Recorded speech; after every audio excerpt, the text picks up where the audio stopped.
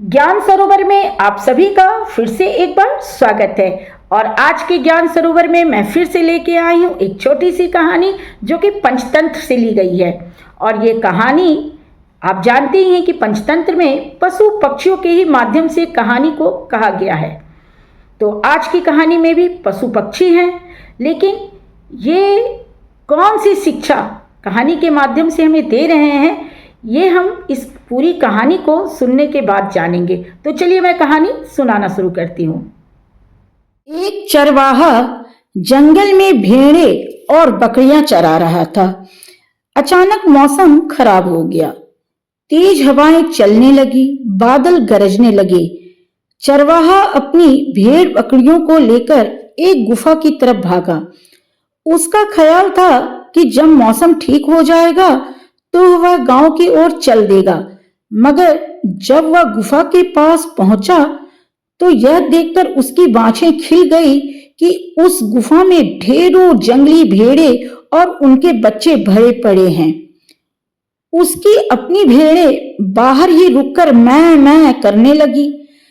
चरवाहे ने उन भेड़ों को देखकर सोचा कि ये जंगली भेड़ें तो आज खूब हाथ लगी हैं, इन्हें चारा आदि खिलाकर फुसलाना चाहिए ताकि मौसम ठीक होते ही ये भी मेरे साथ ही गांव की तरफ चल पड़े। इतनी भेड़ें मेरे पास होंगी तो पूरे गांव में मेरी धाक जम जाएगी। बस यही सोचकर उसने अपनी भेड़ों को तो बाहर ही छोड़ दिया और खुद अंदर जाकर उन जंगली भेड़ों की मिजाज पुरसी करने लगा, यानी कि देखभाल करने लगा। चारा खिला खिलाकर उन्हें फुसलाने लगा।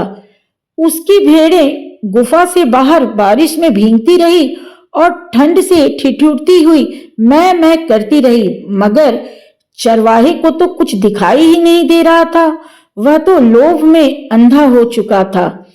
सारी रात बारिश होती रही और वह अंदर बैठा जंगली भेड़ों की सेवा करता रहा।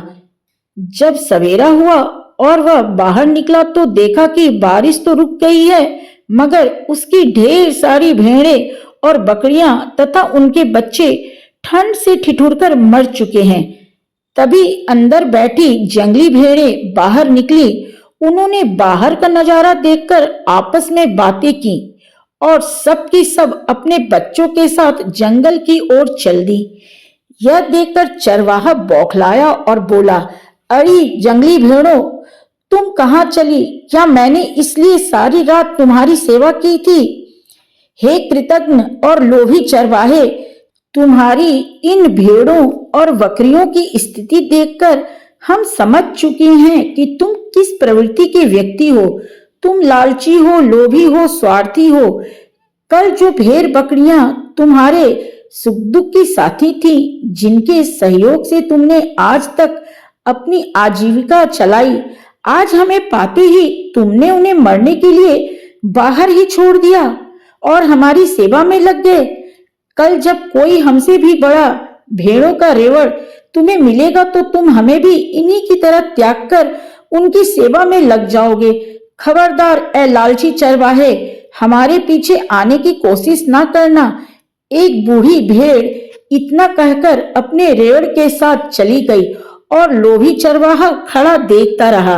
इस छोटी सी कहानी में जो हाल इस चरवाहे का हुआ, यही हाल हर उस व्यक्ति का जीवन में होता है जो स्वार्थी होता है, लोभी होता है। इसलिए हमें जीवन में कभी किसी भी चीज का लोभ नहीं करना चाहिए, सत्कर्म की राह पर चलना चाहिए। तो चलिए आज की कहानी मैं यहीं पे खत्म करती हूँ, इस वादे के साथ कि अगली बार मैं फिर आऊंगी किसी अच्छी प्रेरणात्मक कहानी के साथ। तब तक के लिए जय हिंद, जय भारत।